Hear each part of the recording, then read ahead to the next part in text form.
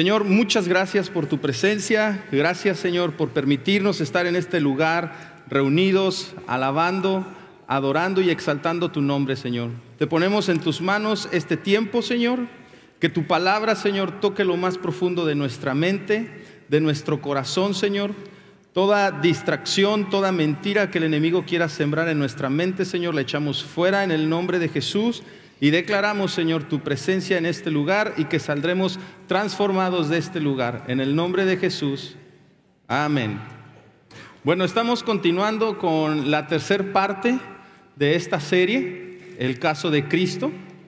Este caso está basado en esta película donde un investigador, se llama Lee Strobel, él es escéptico. Su esposa tiene un encuentro con Jesús y empieza a tener una relación personal con Él. Entonces él, en su intento de refutar ese encuentro que ella tuvo, se da la tarea de empezar a investigar por qué no debe de tener ella esa relación con Jesús. Entonces este investigador, por la profesión a la que él se dedica, tiene la oportunidad de empezar, de tener un acercamiento y de investigar a diferentes personas en diferentes profesiones. Dentro de esto, él tiene la oportunidad de tener un encuentro con un señor que se llama Charles Templon. Programan una entrevista con él y cuando Strobel empieza a hacer su investigación sobre esta persona que él va a investigar, hay algo sorprendente que le llama la atención a él. Que esta persona que va a investigar, Charles Templon, que va a entrevistar, perdón, acababa de escribir un libro. Y el título de este libro es Adiós, adiós, mis razones para rechazar la fe cristiana. Pero lo sorprendente no fue nada más el título del libro, sino que cuando empieza a conocer un poco más del autor, de este señor Charles, encuentra que él había sido una persona creyente, él era un cristiano. Pero no había sido un cristiano de asistir los domingos o como algunos les llaman, ¿no? Meseros, porque nada más vienen una vez al mes. Sino que era una persona que realmente estaba siendo usada por Dios. Él no nada más era un creyente, sino que él había estado compartiendo junto a Billy Graham. Billy Graham es un hombre que Dios ha usado grandemente en cruzadas donde cientos de miles son alcanzadas y pueden tener un encuentro con Dios. Entonces, a él le llama esto la atención porque dice, ¿cómo es posible que un hombre que conocía de Dios, que llevó la palabra, que compartió a gente, que vio a gente ser transformada en su vida, qué fue lo que causó que de repente se alejara de él? ¿Qué hubo en su vida que logró esto? Entonces, cuando ellos están en esta entrevista, Strobel con el autor Charles, le pregunta, dice, oye, ¿qué fue lo que pasó en tu vida que tú decidiste dejar de tener una relación con Dios? ¿Qué pasó? ¿Por qué se apagó la pasión? ¿Por qué tuviste ese alejamiento con Dios? Y lo que empieza a responder este señor, el autor Charles, son las siguientes preguntas que yo creo que muchos de los que estamos hoy aquí en algún momento nos la hemos hecho, o más aún, usted llegó hoy haciéndose esta pregunta. ¿Por qué un Dios amoroso permite el dolor y el sufrimiento? ¿Por qué Dios permite que pasen cosas malas? Y al ver que nuestra situación no cambia, a pesar de buscar de Dios, a pesar de tener esta relación con Él, y vemos que no hay un cambio, eso nos lleva a alejarnos. O incluso hay gente que dice, ¿para qué? Si de todos modos sigue igual. Y yo quisiera hacer una pausa antes de seguir con este tema, porque esto es importante y creo que hay que asentar un fundamento para esto. Y primero es necesario determinar los criterios que se van a usar para juzgar lo malo. ¿Cuál es la unidad de medida moral del comportamiento humano? ¿Quién nos dice esto es bueno o esto es malo? ¿En base a qué nos vamos a regir para determinar lo bueno y lo malo? Y para esto el punto de referencia para diferenciar entre el bien y el mal solo se puede encontrar en la persona de Dios. Ahora, a lo mejor muchos refutarán, ¿y cómo sé que esto es lo correcto? Acompáñeme por favor a Génesis 1:31. Si usted necesita notas para apuntar, por favor, alce su mano, un edecán se va a acercar. Si usted trae un dispositivo, hay una aplicación de la Biblia y ahí usted se puede ir a eventos, grupo, unidad, y ahí va a encontrar usted las notas, las citas, y lo que está viendo en pantalla lo puede tener en su dispositivo. Entonces, acompáñeme a Génesis 1:31 de la Nueva Traducción Viviente. ¿Cuál es el origen de la maldad? ¿De dónde proviene la maldad? Génesis nos dice: entonces Dios miró todo lo que había hecho y vio que era bueno. La traducción Viviente dice: era muy bueno. La creación original fue buena. No había pecado, no había maldad, no había enfermedad, no había sufrimiento. Lo que Dios hizo, lo hizo no nada más bien, lo hizo muy bueno. En cambio, hoy, en estos tiempos, vivimos en un mundo de maldad, de sufrimiento y de muerte. Muchos esta semana nos sorprendimos con lo que está pasando en Siria. ¿Cómo es posible que Dios permita maldad? Y culpamos a Dios pensando que Él es el que permite eso. Ahora, entonces, ¿cuándo se originó la maldad? Si Dios todo lo que hizo era bueno, ¿en qué momento nació la maldad? En el momento que Adán y Eva aprovecharon el libre albedrío que Dios les dio y le desobedecieron. En ese momento es cuando llega el pecado y eso nos separa de Dios, nuestra desobediencia. Ahora, yo me pregunto también, ¿no hubiera sido más fácil que si Dios creó todo bueno y muy bueno, ¿por qué Dios no nos creó de una manera en la que todos fuéramos buenos? En la que no nos ofendiéramos, en la que mis padres no me hubieran dicho palabras ofensivas que marcaron mi vida, o a lo mejor cuando me divorcié, esas palabras que marcaron mi vida. ¿Por qué Dios no nos hizo de una manera que no hubiera guerras en los países, que no hubiera robos, que no hubiera asesinatos? En ese caso, entonces hubiéramos sido robots. Y Dios no está de acuerdo en que le amemos por obligación. Y si usted me permite suponer o pensar lo siguiente, yo creo que Dios pensó que valía la pena correr el riesgo de darnos esa libertad, creyendo en que nosotros libremente íbamos a aceptar buscarle y amarle. ¿Qué pasaría si yo le dijera: hoy domingo a las 12 de la noche se va a acabar la maldad? Sí, por fin, que acabe la guerra, esos políticos corruptos, se va a acabar los secuestros, la maldad, la violencia, todo eso. Yo le pregunto, ¿cuántos de nosotros quedaríamos vivos? Porque sigue habiendo maldad en nosotros, sigue habiendo pecado en nosotros. Apunten sus notas, por favor. El origen de la maldad fue el resultado de un hombre que se alejó de la voluntad de Dios y prefirió concentrarse en sus deseos egoístas. Y esa es la verdad por la cual la mayoría nos alejamos de Dios. ¿Para qué voy hoy domingo a la iglesia? ¿Para qué voy a buscar de Dios? Mejor vámonos a la playa, o necesito descansar. Buscamos más satisfacer nuestro cuerpo que el buscar una relación con Dios. Nosotros somos los que decidimos alejarnos y tomamos nuestro propio camino. Y creemos que podemos ser más sabios que Dios y pensamos que nuestras decisiones van a ser mejores que Dios. Y cuando menos nos damos cuenta, nuestra conciencia queda cauterizada y queda insensible para definir la voz de Dios, poder escucharla a Dios y definir lo que es bueno y lo que es malo. Y llega un momento en el que nos encontramos en encrucijadas ¿pero qué tiene? Esto es bueno. Y lo que nos dice Santiago, le llamamos a lo malo bueno y a lo bueno malo. Porque llega un momento que nuestra conciencia se cauterizó. Es como cuando le hacen una cicatriz y está, le queda la marca y es insensible. Eso es lo que pasa cuando nos alejamos de Dios. ¿Cuántos de nosotros nos hemos alejado de Dios?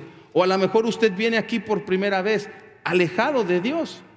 Pero en Juan 14 Jesús está hablando con sus discípulos y les está hablando de su verdadero hogar, de cómo tener una relación con Él. Acompáñenme a Juan 14, 2, en la versión Dios habla hoy, dice: en la casa de mi Padre hay muchos lugares donde vivir. Si no fuera así, yo no les hubiera dicho que voy a prepararles un lugar. Y después de irme y de prepararles un lugar, vendré otra vez para llevarlos conmigo, para que ustedes estén en el mismo lugar a donde yo voy a estar. Fíjese lo que dice el versículo 4.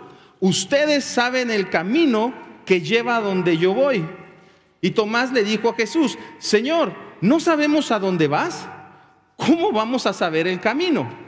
Y mire, yo conozco gente que en su desesperación, en su soledad o después de tantas frustraciones, de malas experiencias, empiezan a buscar algo que llene ese vacío. Algunos es con fiestas, con drogas, mujeres, alcohol, dinero. Pero hay quienes en su intento, en su esfuerzo humano, empiezan a buscar en religiones. Voy a buscar con los mormones, voy a buscar con sectas. Y empiezan a buscar porque hay ese vacío. Ahí dicen, yo necesito algo que me llene, necesito algo que me haga sentir pleno. Y entonces en este anhelo, en esta búsqueda, en esta desesperación, en la inquietud de decir, ¿por qué en las noches cuando estoy en mi cama sigo sintiendo la misma soledad? Sigo sintiendo frustración, remordimiento, cansancio. Y entonces ahí es cuando Jesús da estas palabras que tranquilizan y nos muestra el camino. Mateo 11:28. Venid a mí todos los que estáis trabajados y cargados. Hay una versión que dice cansados y cargados, y yo os haré descansar. Llevad mi yugo sobre vosotros y aprended de mí, que soy manso y humilde de corazón, y hallaréis descanso para vuestras almas, porque mi yugo es fácil y ligera mi carga. Si leemos atentamente esta cita, Él nos está haciendo una invitación, porque Él me dice, el que viene a mí. Nosotros tenemos que tomar una acción de ir. Dice, aquel que tiene hambre, aquel que tiene sed, dice, jamás la tendrás si vienes a mí. Entonces, el venir a Jesús, si gusta notarlo, venir a Jesús significa creer en Él.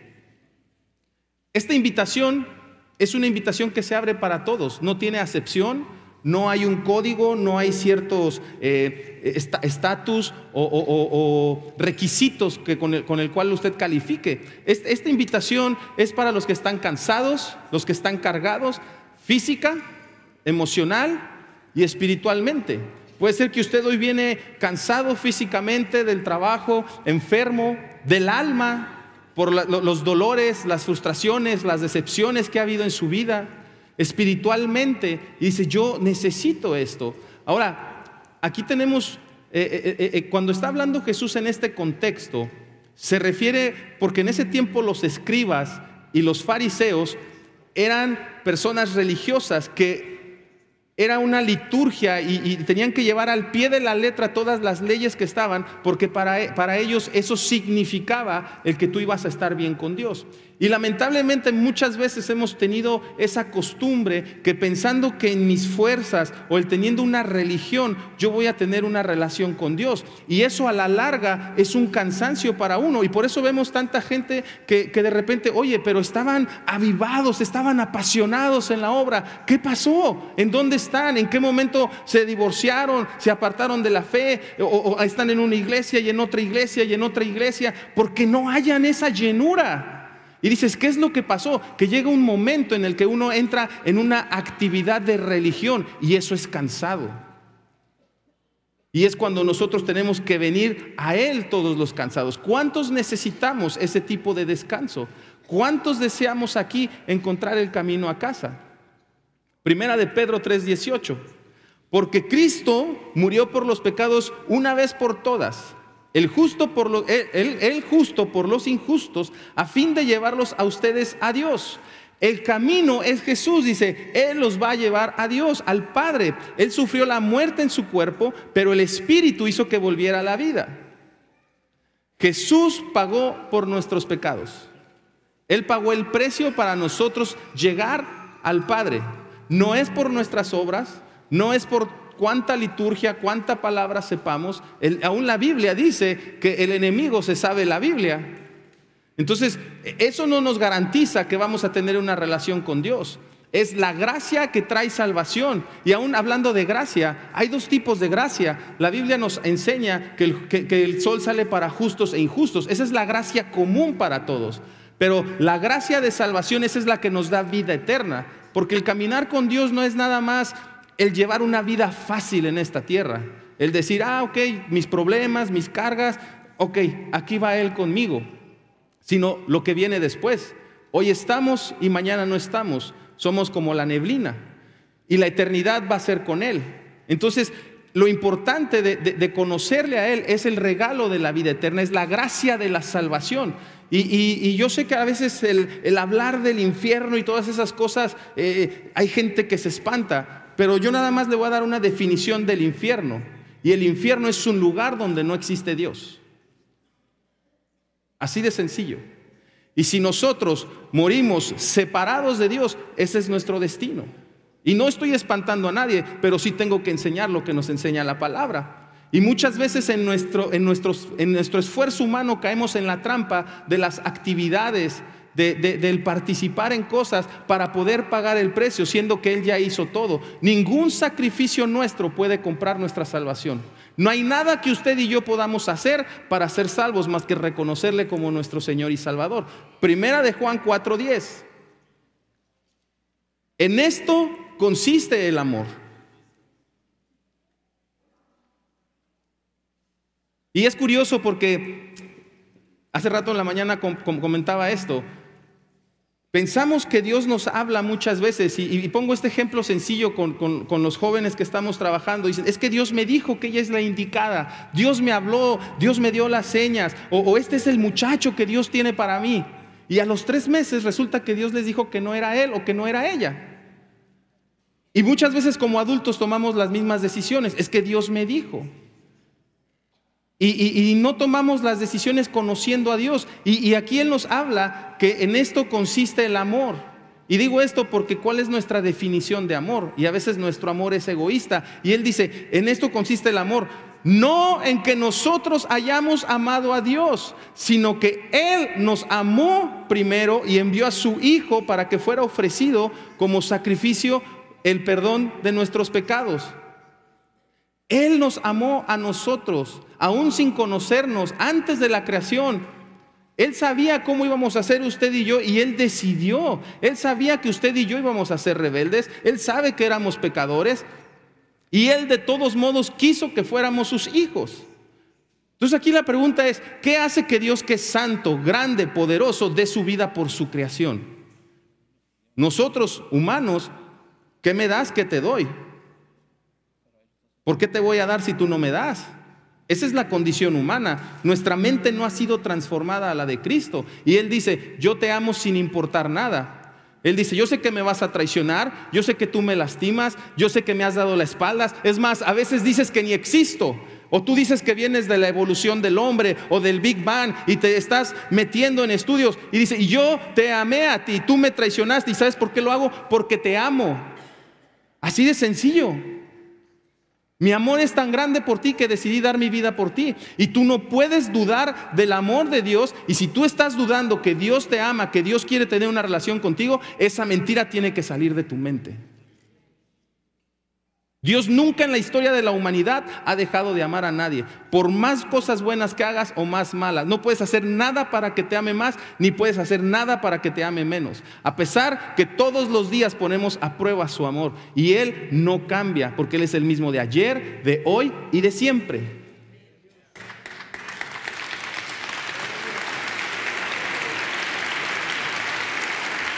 Isaías 41:10.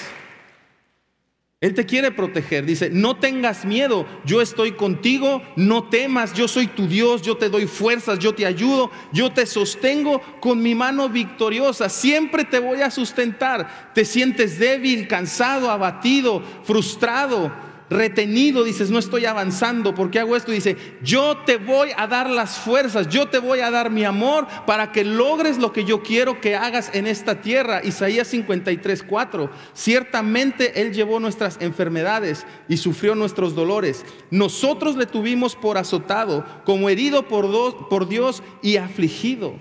Jesús llevó nuestras enfermedades. Usted viene hoy enfermo, Dios quiere sanarle, y no deje que el enemigo le engañe. Dios te quiere proteger. Salmo 91:3. Porque Él te librará de la trampa del cazador y de la peste destructora. Quizá usted hoy se siente desprotegido. Su esposo la abandonó, los hijos la abandonaron, perdió el trabajo, está huérfano, Estoy solo, estoy cansado, estoy débil. Dice, ¿sabes qué? Yo te voy a librar, yo te voy a proteger de la muerte, de la pobreza, de la peste. Yo te voy a proteger. Isaías 43:11. Solo yo soy el Señor. Fuera de mí nadie puede salvar. ¿Con qué autoridad dice eso nuestro Señor Jesús? Con la autoridad que Él tomó en la cruz, cuando Él murió por sus pecados y mis pecados. Tu Creador, tu Formador te dice, no temas porque yo te redimí, te puse nombre y mío eres tú.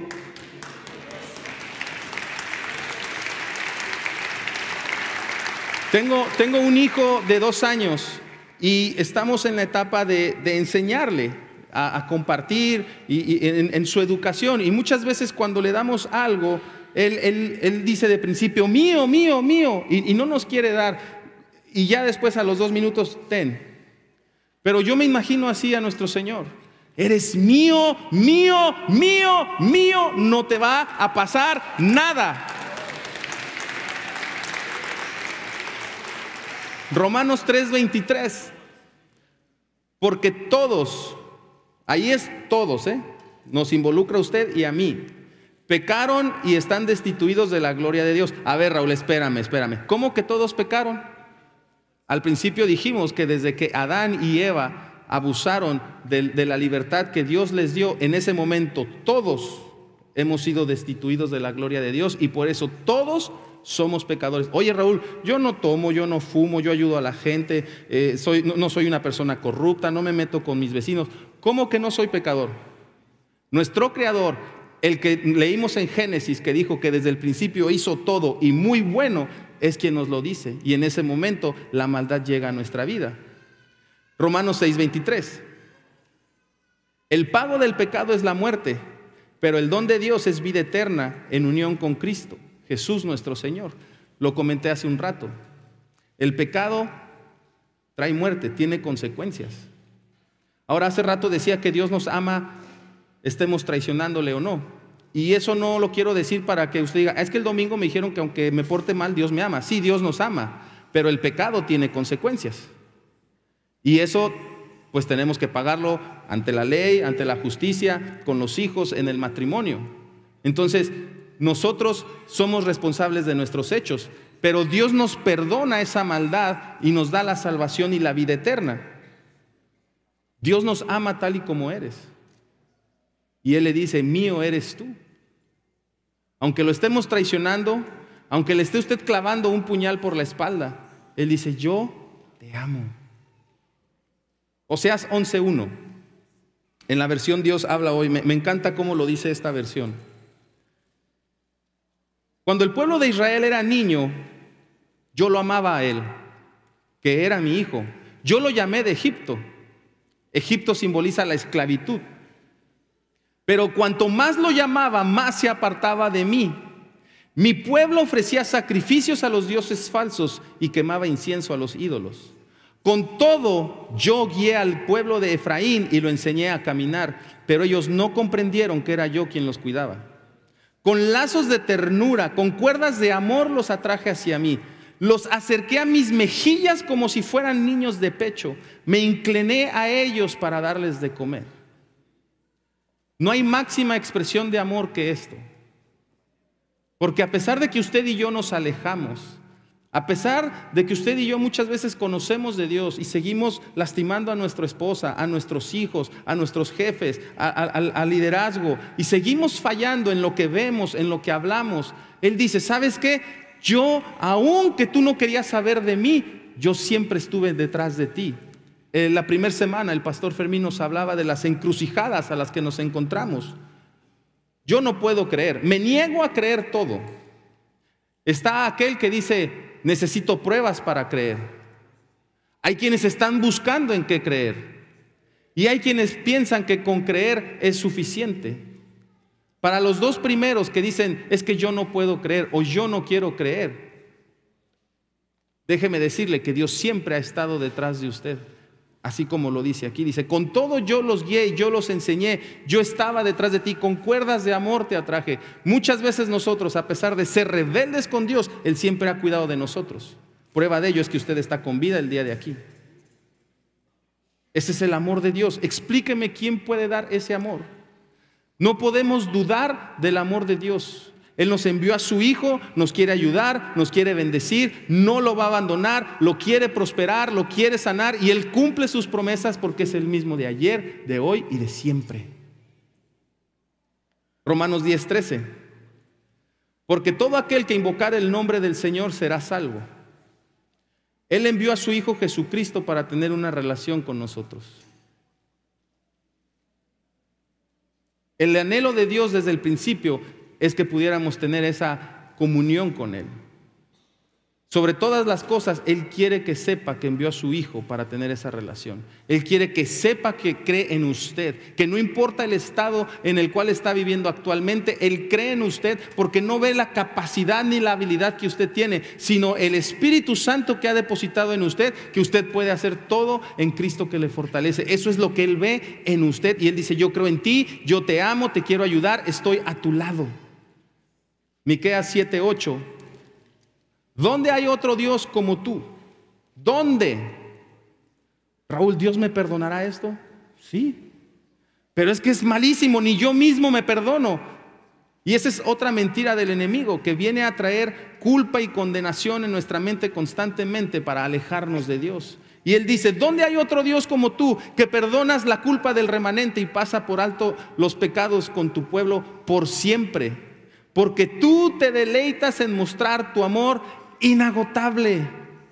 Volverás a tener compasión de nosotros.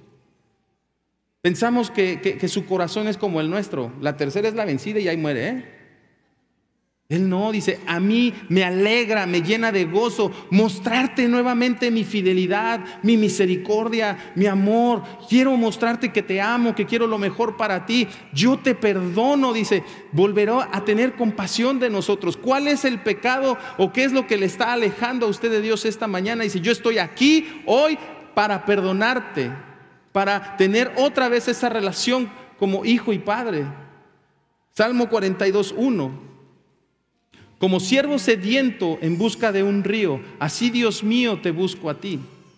Estamos en medio de esa búsqueda, usted y yo. Y dice: Señor, te anhelo, te necesito en mi vida. Quiero tener esa relación contigo. Quiero experimentar tu amor. Si realmente existe, Señor, muéstrate, háblame. Quiero ver tu mano. Y muchas de nuestras oraciones son de ese tipo. Y hoy siento que Dios le dice: ¿sabes qué? Yo te digo lo mismo a ti. Tengo sed de ti, te anhelo, te he estado buscando, quiero estar contigo. Dios nos dice: quiero amarte, quiero sustentarte. Pero hay tantas dudas, hay prejuicios. Y Dios dice: ¿por qué dudas tanto de mí? ¿Por qué no puedes creer en mí? He dado todo por ti. Soporté la prueba del amor. Me golpearon, me maldijeron, me avergonzaron, me desnudaron. ¿Qué más puedo hacer para mostrarte mi amor? ¿Qué más? ¿Por qué dudas de mí? Me traicionaste y te sigo amando. Estoy locamente enamorado de ti. Sofonías 3:17. El Señor tu Dios está en medio de ti. Él es poderoso y te salvará. El Señor estará contento de ti, con amor, con su amor te dará nueva vida. Por causa de ti se regocijará. Hay otra versión que dice: en su alegría cantará. O sea, Él tiene el poder para salvarnos. Y dice: ¿sabes qué? Yo me regocijo, me gozo en verte. Canto cuando te veo, cuando te levantas en las mañanas con las chinguiñas, despeinado. Me alegra verte así, yo te hice así, te amo. En Romanos 3:23 nos enseña que todos hemos pecado. Todos estamos destituidos de la gloria de Dios. Y en Romanos 6:23 nos enseña que esa separación nos lleva a la muerte, a una vida sin Dios. Pero en Romanos 10:13 nos dice que si invocamos, entonces nos vamos a ser salvos. Yo tengo que reconocer y creer que Jesús es mi Señor y mi Salvador, que Él murió por mí y resucitó por mí. Y eso es lo que hemos estado hablando en esta serie. Creer lo que Él hizo por mí. Creer que Él resucitó. Lo leíamos ahorita, el mismo Espíritu lo resucitó. Y ese Espíritu que lo resucitó a Él de la muerte es el mismo Espíritu que está en usted y que está en mí si nosotros le reconocemos como nuestro Señor y Salvador. Creer. La segunda es recibir.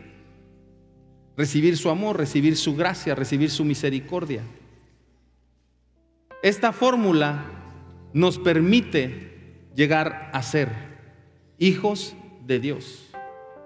Creer más recibir. ¿Por qué dudamos del amor de Dios? ¿Tiene que pagar algo? ¿Tiene que hacer algo? Es difícil seguir a Cristo. Sí, ciertamente hay que pagar un precio, pero no es el que Él pagó en la cruz. Es nuestra santidad. Pero Él ya hizo todo por usted y por mí. Y antes de terminar, quiero que me acompañe por favor a ver este video.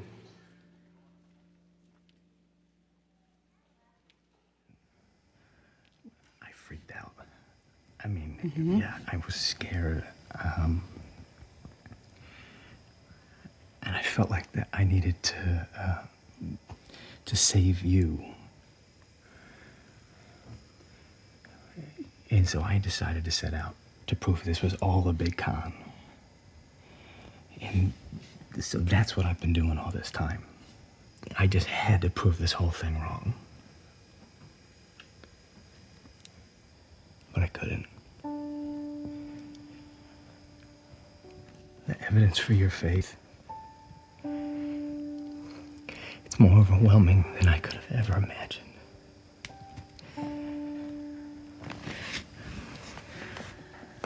But it wasn't just the evidence, okay? It was you. You never stopped loving me. You never gave up on me. And I think because of that, God didn't either. Oh. What? I mean, I don't think God gave up on you either, but what are you saying? I can't even fathom that I'm gonna say this words out loud.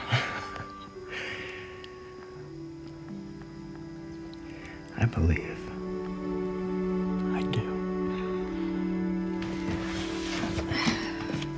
Let me just show you.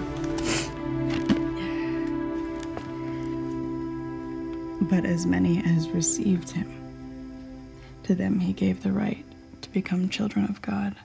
Mm-hmm. To those who believe in his name. And what does that mean? That means believe plus receive equals become.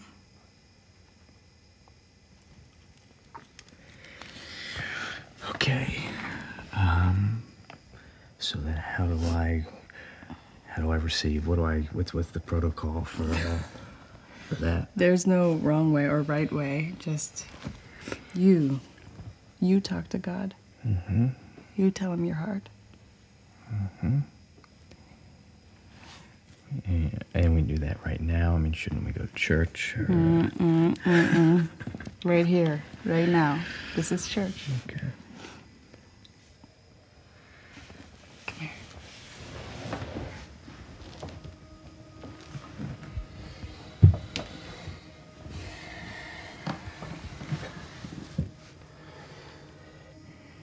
God,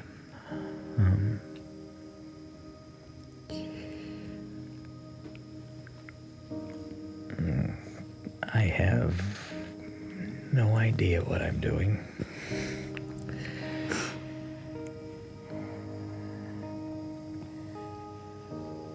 But I cannot ignore the evidence. And I don't know everything. I never will know everything. But I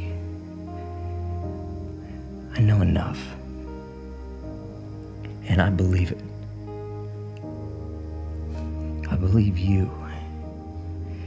And I'm sorry for what I've put my wife through, what I put my family through. But I believe you're real. And I don't know what comes next. I don't know what it means. I just know that I want that. I want whatever's next. I want that. So let's do that. Amen. Amen. Thank you.